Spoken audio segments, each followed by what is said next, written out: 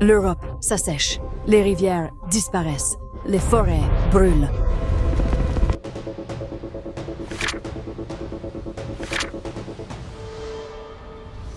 Si les températures moyennes mondiales dépassent 1,5 degré Celsius, ensuite il y aura un gros problème. Pourquoi un problème aussi grave? Quelque chose d'irréversible va se mettre en marche. Et cela s'est déjà produit cette année. Et nous ne savons pas jusqu'à quel point il pourrait s'emballer. Cela pourrait être 5 degrés Celsius. Cela pourrait même être 7 degrés Celsius. Nous ne savons tout simplement pas. Nous ne le savons vraiment pas. En 1750, la concentration de dioxyde de carbone dans l'atmosphère terrestre était de 270 parties par million, ppm. ppm, cela signifie parties par million, parties par million. 270 parties par million. Puis la concentration a commencé à augmenter, d'abord lentement, à un rythme très lent, à tel point que, même au tournant du XXe siècle, en 1900, le niveau de CO2 dans l'atmosphère ne dépassait pas 300 parties par million. Donc on pourrait dire qu'il n'y a pas eu de véritable augmentation. Entre 1750 et 1900, seulement environ 30 parties par million. En fait, jusqu'en 1870 ou 1880, la concentration atteignait à peine 280 parties par million. Et puis, la concentration a augmenté, augmenté, augmenté, augmenté. Les 2 guerres mondiales sont survenues. Elle a continué à augmenter progressivement. Et puis, nous arrivons à 1950. C'est après la destruction causée par la Seconde Guerre mondiale. Les décombres de l'après-guerre ont dû être déblayés. Il y avait eu des destructions massives. Vous savez cela, n'est-ce pas? Il fallait déblayer les décombres. Et une vague de reconstruction a suivi. De plus, nous avions décidé de ne plus nous livrer à des combats d'une telle intensité et d'une telle brutalité. Et les Nations Unies avaient été créées. Donc, il y avait une paix relative par rapport à la première moitié du siècle dernier. Nous sommes en 1950. C'est à ce moment-là que commence la véritable explosion de la prospérité matérielle, du revenu par habitant et des niveaux de CO2 dans l'atmosphère. Nous commençons à affirmer que nous avons de plus en plus de succès. Et c'est également à ce moment-là que la courbe du taux de CO2 commence à s'envoler.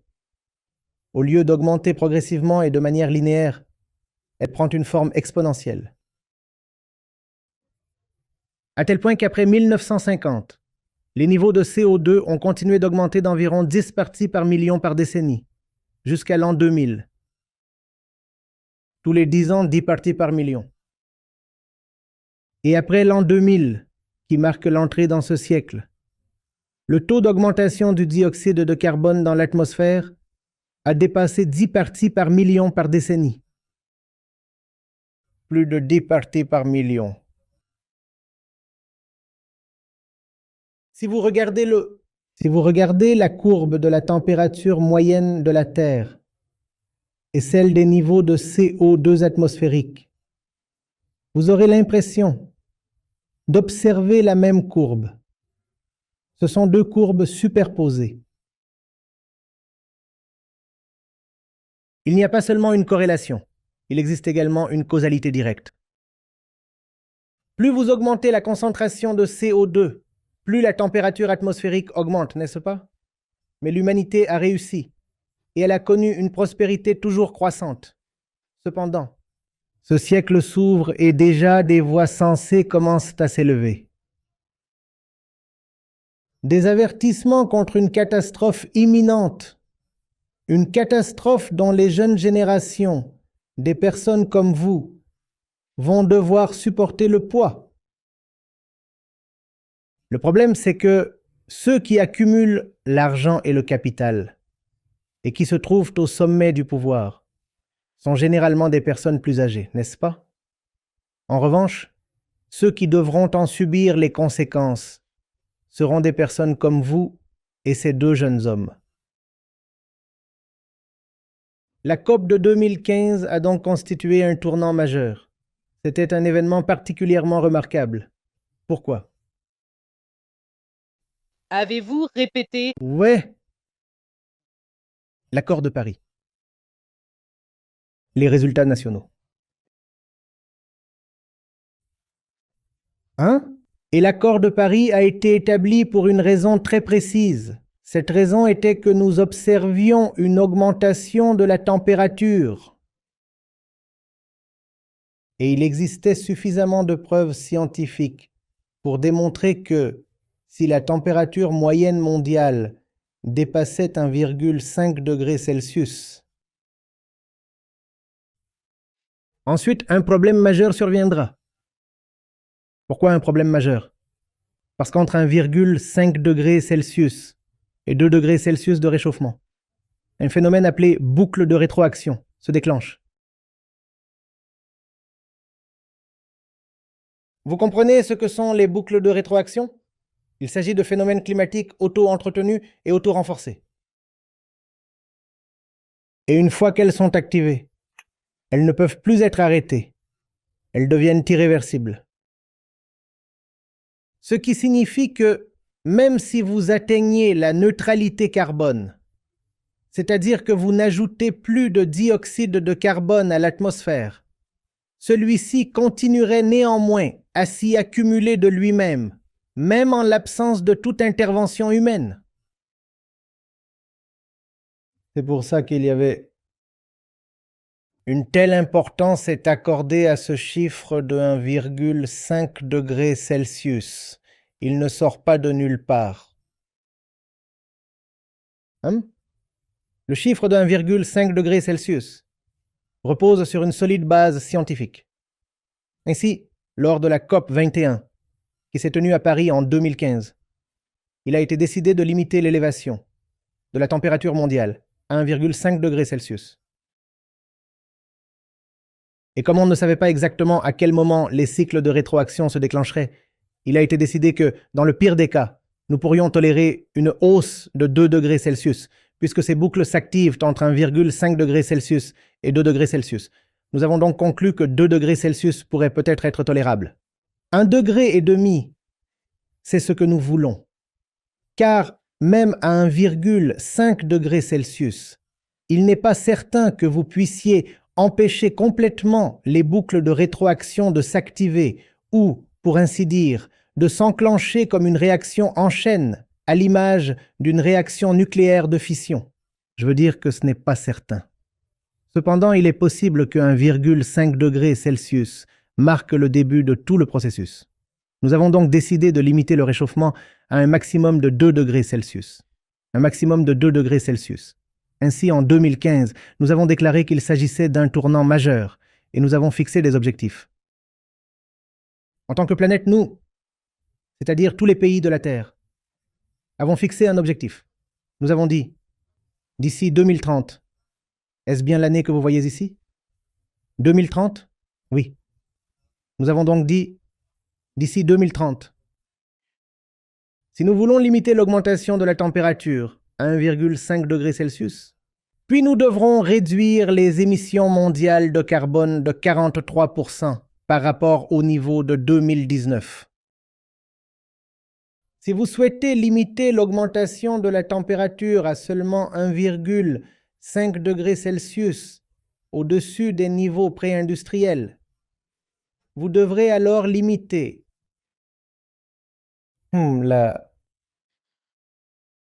les émissions de carbone en les réduisant de 44% par rapport au niveau de 2019.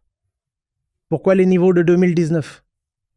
Parce qu'ensuite, il y a eu l'épidémie. La pandémie de Covid-19 était alors en cours.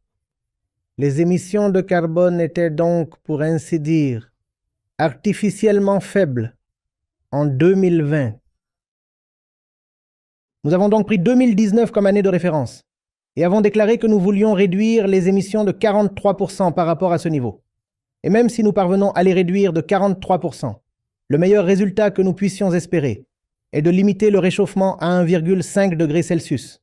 Rien de plus qu'une hausse de 1,5 degré Celsius. Et ce seuil de 1,5 degré Celsius a déjà été franchi. Nous avons déclaré que nous ne voulions jamais dépasser 1,5 degré Celsius. Nous avons déclaré que nous ne voulions pas dépasser 1,5 degré Celsius, même dans 100 ans. Sinon, quelque chose d'irréversible se mettra en mouvement. Et cela s'est déjà produit cette année-là. Nous avons déjà dépassé le seuil d'une hausse de la température moyenne mondiale de 1,5 degré Celsius. En fait, certaines données indiquent que cette hausse a déjà atteint 1,7 degré Celsius. Vous comprenez cela lorsque la conférence des partis se tenait à Paris. 3 voix ont émergé. 3 voix se sont dessinées. La première était la voix verte, bien qu'elle ne mérite honnêtement pas vraiment cette appellation. Elle était néanmoins appelée ainsi. Il s'agissait de la voie consistant à limiter les émissions de carbone afin de maintenir la hausse de la température à 1,5 degré Celsius au maximum. La deuxième était la voie jaune. Vous avez dit que si vous empruntez cette voie, la hausse de la température atteindra 2 degrés Celsius. Or, une hausse de 2 degrés Celsius garantit l'activation de cycles de rétroaction cataclysmiques. Et puis, il y avait la voie rouge. La voie rouge. Et la voie rouge indiquait que si vous empruntez cette voie particulière, la hausse de la température dépassera certainement 3 degrés Celsius. En revanche, nous ne pouvons pas dire de combien elle dépassera ces 3 degrés Celsius. C'est la partie effrayante. Une hausse de plus de 3 degrés Celsius signifie que le minimum est garanti. Il n'y a aucun moyen d'éviter une hausse de la température d'au moins 3 degrés Celsius. Cela est garanti. Mais au-delà de ce seuil, nous ne savons pas ce qui nous attend. Des cycles de rétroaction incontrôlables. Nous ne savons pas dans quelle mesure ils pourraient s'amplifier, ni jusqu'où ils pourraient s'intensifier de manière autonome. Cela pourrait donc être 5 degrés Celsius. Cela pourrait même atteindre 7 degrés Celsius. Nous ne le savons pas. Nous ne le savons tout simplement pas. Et à ce jour, nous sommes sur la voie rouge, ni sur la voie verte, ni sur la voie jaune. Nous sommes sur la voie rouge. Nous sommes sur la voie rouge. Vous comprenez cela? De quoi avez-vous réellement besoin au fond? C'est le genre de succès que votre génération doit désormais adopter. Car l'ancien modèle du succès vous a complètement abandonné. Non seulement vous a-t-il abandonné, mais les débris de cet ancien modèle pèsent désormais sur vous. Les générations précédentes vous ont laissé ces débris. Et si le mot « débris » ne vous semble pas suffisamment effrayant, permettez-moi de parler plutôt de débris radioactifs. Comment cela vous paraît-il maintenant? Ils ont épuisé la planète. Et ils vous ont laissé les cendres à gérer. Les générations qui vous ont précédé ont brûlé la planète. Et maintenant, c'est à vous de réparer les dégâts. Ce n'est pas une situation agréable, n'est-ce pas? Vous ne pouvez pas perpétuer leur héritage, n'est-ce pas? Vous devez donc adopter une nouvelle définition du succès, dans son ensemble. Je dois combattre l'ennemi intérieur. L'ennemi n'est pas à l'extérieur. Avant tout, l'ennemi est ici. Ici. Ici.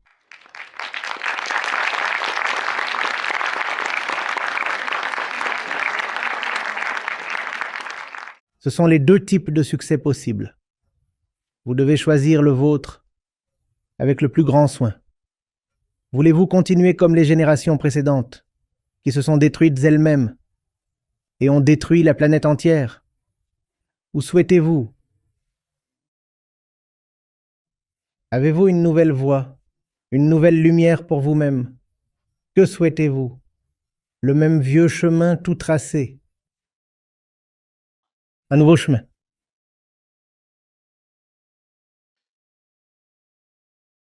Téléchargez simplement l'application Acharya Prashant et rendez-vous dans la section Communauté, où vous trouverez des témoignages en direct, diffusés au rythme d'un toutes les 5 minutes.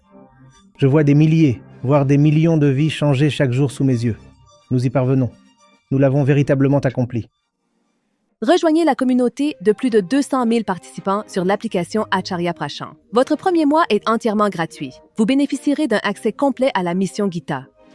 Sur l'application, vous aurez accès à des sessions en direct régulières, à des conversations quotidiennes exclusives avec Acharya Prashant, à la communauté dynamique de la Gita, à des examens de sagesse, à des actualités sélectionnées, à des livres audio, à des citations et à bien plus encore. Recherchez Acharya Prashant sur le Google Play Store ou l'Apple App Store et téléchargez l'application dès maintenant.